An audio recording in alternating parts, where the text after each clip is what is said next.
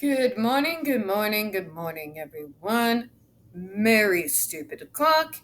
Welcome to another episode of Spilling Tea. I am your host, Tiffany Daniels, and why am I in a good mood? Because for once in my life, on a work day, I managed to actually get 8 hours of sleep. It feels marvelous. Alright, we are going back to that horrible world of the JRC, but before we do, the usual disclaimers. Oh yeah, I just heated that. I really should wait. So, first off, folks, you are going to find the link to this train wreck of a report right there in the description box, along with the other pertinent links to the Stop the Shocks campaign, including Lydia Brown, aka Autistic Hoya's massive archive on the subject. We also have the tin plates. Fill out your name, click on your senator, takes less than 2 minutes, and it's going towards eradicating using aversive treatments and improper restraints in schools. Also, the ever present change.org Shut the Judge Rotenberg Center petition. If we want to save these kids, folks, we gotta close them down. At this point, the center has already proven time and time again that the law somehow, mystically, seems to just not apply to them. The only real safety these kids will have is getting that place shut down and getting them sent to centers that are actually going to treat them as opposed to torture them. So please sign it, share it on all your social media. For those who are new to the channel, or if you haven't been here in a while, if you want to know what on earth I am talking about in regard to the Judge Rotenberg Center, I invite you, again, look in the description box. There is a video in there that's going to go over everything for you. Right. Now, speaking of, when we are speaking about the JRC, you're going to hear vivid descriptions of, and you are going to see clips of video surveillance footage of people with disabilities being tortured and abused. If you have young children present, please, at the very least, folks, use your headphones. Also, I may be more awake than usual. I may actually be more rested than usual. But folks, it is still stupid o'clock, and not to mention the level of stupid that radiates from this report and this judge is to such heights that more than likely there's going to be at least a few curse words, at least a few, if I can manage to restrain myself. And you might hear me stumbling over my words a little bit. So my apologies, folks, in advance. All right, without further ado, where we were yesterday, remember, roll those shoulders back, adjust your head. Let's get ready for some more stupid, shall we? Okay. Restraint forms. Oh, God, here we go. But this is going to be a rabbit hole. A restraint form must be completed. Oh, it's just a piece of paper. A restraint form must be completed each time an emergency restraint is used, and each time an order for an emergency restraint is renewed. Okay, I'm going to say this for all of us. Useless information, Judge. How in the name of God is filing a proper report going to stop an event like August the 26th, 2007 from happening? What does this have to do with anything? What does it have to do with the price of beans, to use an old phrase? My God, is there any reason, Judge, you feel the need to fill this report with pages and pages of useless information that has nothing to do with the subject matter at hand? I would think filing a report at the very least is something everyone knows about. Good Lord. The form must be approved by the DDS. Again, oh my God, who cares? The report must include, among other things, a description of less restrictive alternatives utilized before the restraint. Oh, you mean less restrictive in regards to, you know, your food contingency program where you like deprive them of food, and the my favorite, the sleep deprivation. Oh, and let's not even include the behavioral lessons. Less restrictive, my ass. A description of the emergency. You mean when they try to escape you? All examinations and safety checks. Like you all know a goddamn thing about safety. If you do a safety check and you still think this is okay, obviously you have no business doing safety checks. Again, folks, 3 weeks of training does not make a mental health professional. And when the SIA was in attendance, God, I'll say it again. When you have 3 weeks of training, you have no business being around anyone with mental health that is receiving treatment at all. None. Especially when you only spend literally a week on mental health and developmental disabilities. My God. So we have Burl out here at my area. And yes, I don't care if that doxes me, whatever, come at me. We have Burl out here, right? Any of the med assistants, even we used to call them, God, CIs, community integrators. They have have at least a month and a half before they are able to go out and see consumers of training. At least a month and a half. And the majority of that is spent on mental health of whichever area they are specializing in regards to disabilities. A month and a half on mental health alone. That's not including all the other training that they have to do before they go out into the field. Just saying. This form should be distributed to the person who was reinstated and must be done no later than 24 hours after the individual's release from restraint. My God. Untrained. They have no idea what they're doing, and you're going to let them be a part of the treatment of a vulnerable individual. The hell is wrong with this state? The JRC Restraint also receives a DDS approved form on which the student can comment on the circumstance leading to the use of restraint and manner of the restraint used. Oh, can they? Can they? And tell me, Judge, shall whatever they say be used against them? Methinks it will.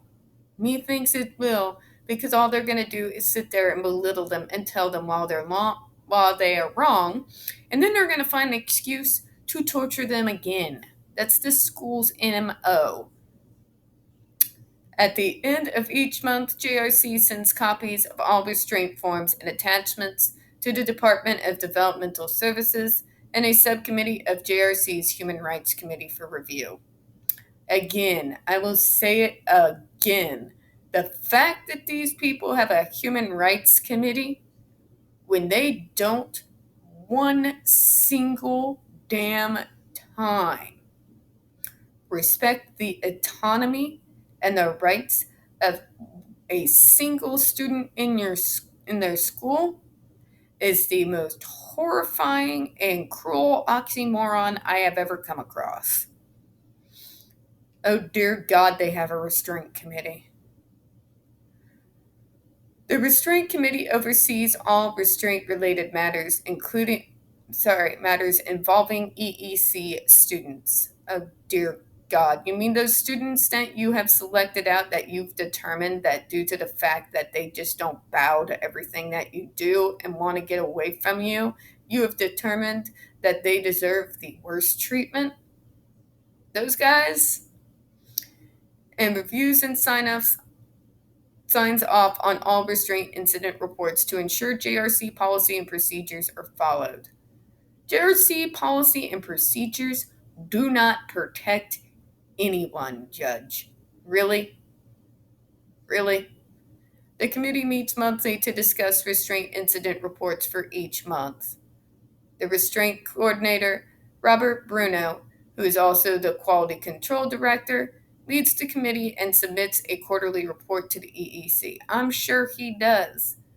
For the love of God, if you're going to have these committees, why is every single member someone being paid by the school? Why are they employees allowed to be the committee members without one single person being independent and having nothing to do with this school? Just asking. The committee is comprised of JRC clinicians. Oh, here we go. Psychologists, programming director, special education director, student programming director, and student programming assistant director. At least 3 committee members, as well as restraint coordinator, must attend each meeting. And there you have it, folks. Not a single one that's a part of this restraint committee is someone that is outside this damn school. So, guess how they're going to rule on human rights and restraint? Yeah. My God, this is the most corrupt, quote unquote, school, most cruel, most horrific of any I have ever seen. And having worked in the field, I've seen some shit. I've seen some horrific shit, but this place, my God, the level of incompetence, lack of training, and the absolute monstrous cruelty, it blows the mind. How on earth such a place exists in 2021? It really just blows the mind. And that it continues to go on, and that people defend it, that the media defends it. Just, God. And you know what?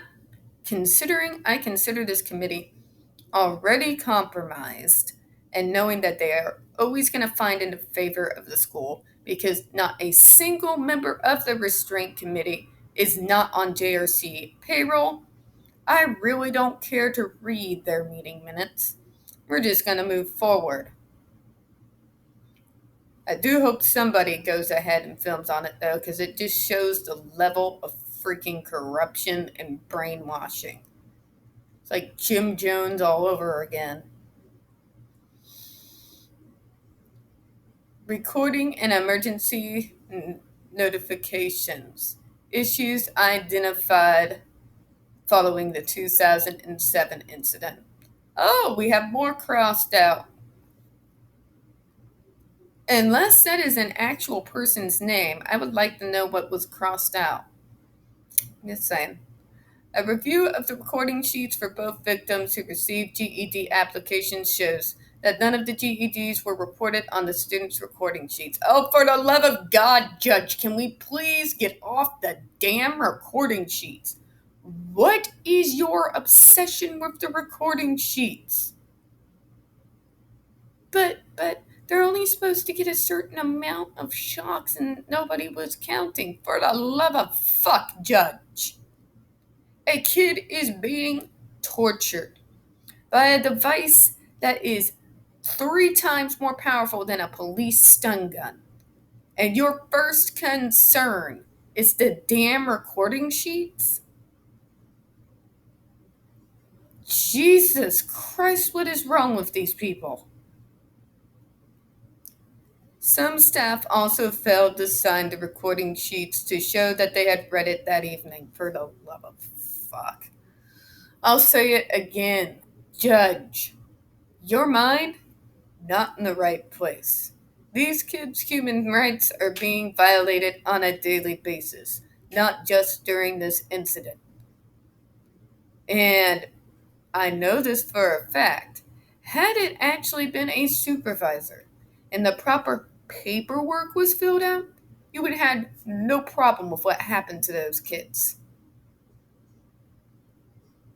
And that means to me there's something really fundamentally, horribly wrong with you. The staff failed to call DVR directly to notify the DVR staff of what was going on, presumably because the staff believed that they were already on the phone with the DVR department. Yes, for the love of God! Why would they be going to seek elsewhere when you all do accept pre-ordered shocks? In spite of how bad this judge has contradicted himself, they thought they were talking with the person. These people have been taught not to question their uppers, so to speak. Really? The staff in the DVR department failed to contact the police at any time during the emergency. For fuck's sake. For fuck's sake, Judge. Would you allow any of the students to call the police on the place because of the shit that they put these kids through? Of course not. But why didn't they call the police? For what? For what? According to this culture of torture, they were doing what they have been trained to do. Good God. The staff failed to contact the appropriate agencies through the reporting hotlines to report abuse. For the love of fuck, Judge. For the love of fuck. Okay, let's rewind this. You agree with every single fucking thing they do at this center. All of it is abuse. Had any of this been done to a regular, neurotypical, but troubled child, you all would have been calling it GFS, and there would have been pitchforks and torches. With a disabled kid, well, it's all acceptable, unless the JRC gets their hand caught in the cookie jar. Like they did with this incident, and like the incident with Andre McCollins.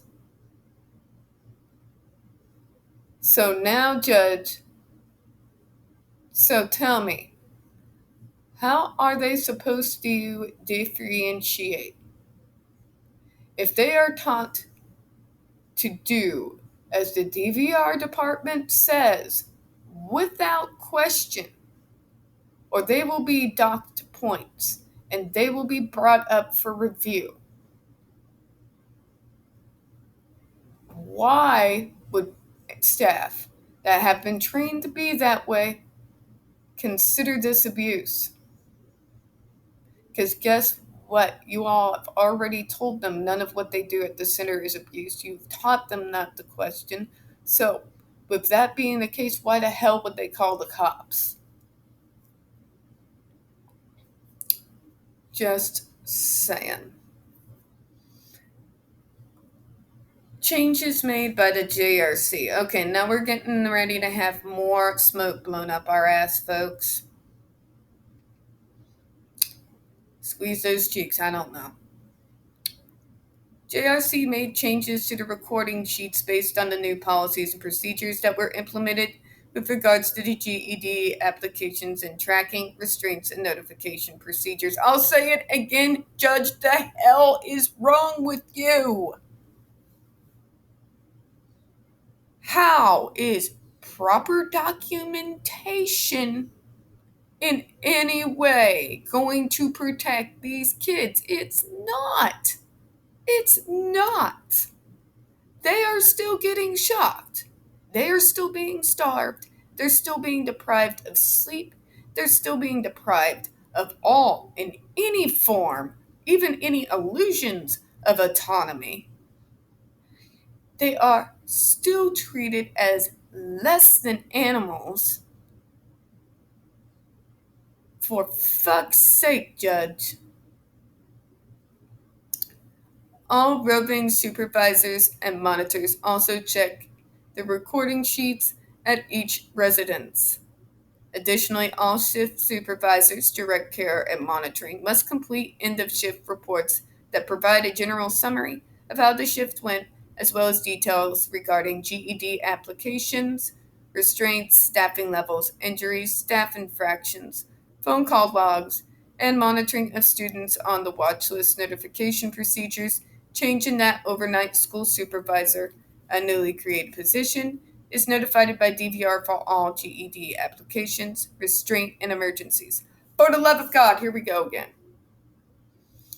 Well, they did whatever DVR said they shouldn't have. But DVR is the people who say if you don't pinpoint that behavior, it's going to come off of your record.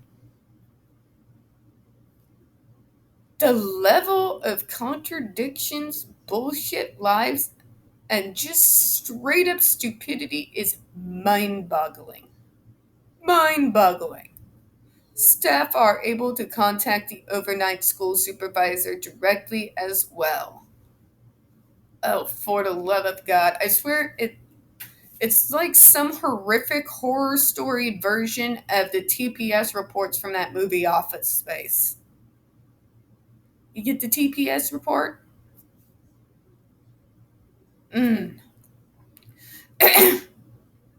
Okay, I may leave this till tomorrow. Yeah, I'm gonna leave this till tomorrow. I can only take so much stupid in a damn morning. So, folks, in conclusion, this judge's an idiot. And that's an understatement. He's a dangerous idiot. He is giving the JRC with this stupid long ass report a get out of jail free card, and they're using it. He completely obsesses over the wrong things. It completely goes over his head that these students' human rights are being violated every minute of every single day. He is focusing on nonsensical things, such as reports being filled out correctly or incorrectly. Now, in regards to a health system, yes, doing reports correctly are absolutely important.